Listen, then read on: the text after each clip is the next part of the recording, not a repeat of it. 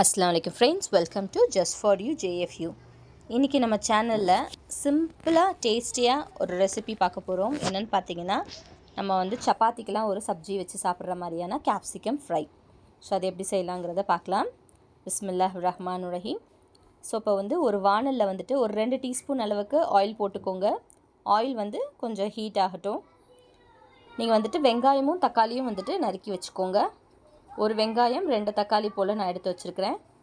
So அந்த ஒரு வெங்காயத்தை வந்துட்டு சின்ன தக்காளியாக இருந்தால் 2 எடுத்துக்கோங்க, பெரிய தக்காளியாக இருந்தால் 1 எடுத்துக்கோங்க. நான் ஒரு பெரிய வெங்காயமாக எடுத்துருக்கனால ஒரு வெங்காயத்தோடு நான் நிறுத்திக்கிட்டேன். ஸோ வெங்காயம் இந்த எண்ணெயில் போட்டு நல்லா வதக்கி விட்டுக்கோங்க. ஸோ வெங்காயம் வந்து நல்லா கொஞ்சம் கலர் சேஞ்ச் ஆகி நமக்கு வரணும். கூடவே வந்துட்டு ஒரு அரை டீஸ்பூன் அளவுக்கு இஞ்சி பூண்டு பேஸ்ட்டு போட்டுட்டு தக்காளியை நறுக்கி வச்சுருக்கிறத நம்ம இதில் ஆட் பண்ணிக்கலாம். ஆட் பண்ணிவிட்டு நல்லா வதக்கி விட்டுக்கோங்க. இஞ்சி பூண்டோட பச்சை ஃப்ளேவர் போய் தக்காளி வந்து உங்களுக்கு நல்லா மசிஞ்சு வர்ற அளவுக்கு வரட்டும். அதுக்கப்புறம் நம்ம வந்து ஒரு 3 குடமிளகா எடுத்து வச்சுருக்குறோம்.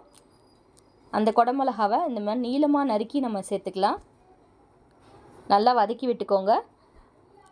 இந்த மாதிரி வதக்கிட்டுருக்கப்போ இது கூடவே மஞ்சத்தூள், உப்பு, மிளகாத்தூள் 3த்தையும் நீங்கள் ஆட் பண்ணிக்கோங்க. ஆட் பண்ணி இந்த மாதிரி உங்களுக்கு நல்லா சுண்டி வரணும் அந்த கேப்சிகம் எல்லாம். அப்போ வந்து நம்ம வேர்க்கடலையை வந்து நம்ம கோர்ஸாக கிரைண்ட் பண்ணி வச்சுருக்கோம். நல்லா வறுத்த வேர்க்கடலையை கோர்ஸாக கிரைண்ட் பண்ணி வச்சுருக்கிறதையும் இதில் போட்டிருக்கோங்க. போட்டுட்டு இந்த மாதிரி நல்லா பெரட்டி விட்டுக்கோங்க. கொஞ்சமாக மல்லித்தலையும் கட் பண்ணி இதில் நீங்கள் சேர்த்துக்கலாம்.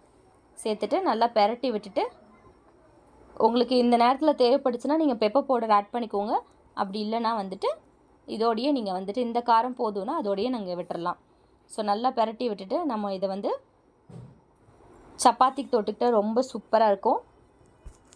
கண்டிப்பாக ட்ரை பண்ணி பாருங்கள். கேப்சிகம் பிடிக்கல அப்படின்னா இந்த மாதிரி ஒரு வாட்டி ட்ரை பண்ணி பார்த்துட்டு எப்படி வந்துச்சுன்னு நமக்கு ஃபீட்பேக் கொடுங்க. இந்த வீடியோ பிடிச்சிருந்தா லைக் பண்ணுங்கள், ஷேர் பண்ணுங்கள். மறக்காமல் நம்ம சேனலை சப்ஸ்கிரைப் பண்ணிடுங்க. கூடவே பக்கத்தில் இருக்க அந்த பெல் ஐக்கானையும் கிளிக் பண்ணிக்கோங்க. அப்போ தான் நம்ம போடுற வீடியோஸோட நோட்டிஃபிகேஷன் வந்து உங்களுக்கு உடனே வரும். வேறு ஏதாவது வீடியோ தேவைப்படுச்சுனாலும் நமக்கு கமெண்ட்டில் சொல்லுங்கள்.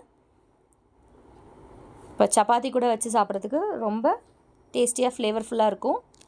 ஸோ கேப்சிகம் பிடிக்காதவங்க கூட வந்துட்டு இதை ட்ரை பண்ணலாம். வேறு வீடியோவில் உங்களை நான் சந்திக்கிறேன். தேங்க்யூ, பாய்.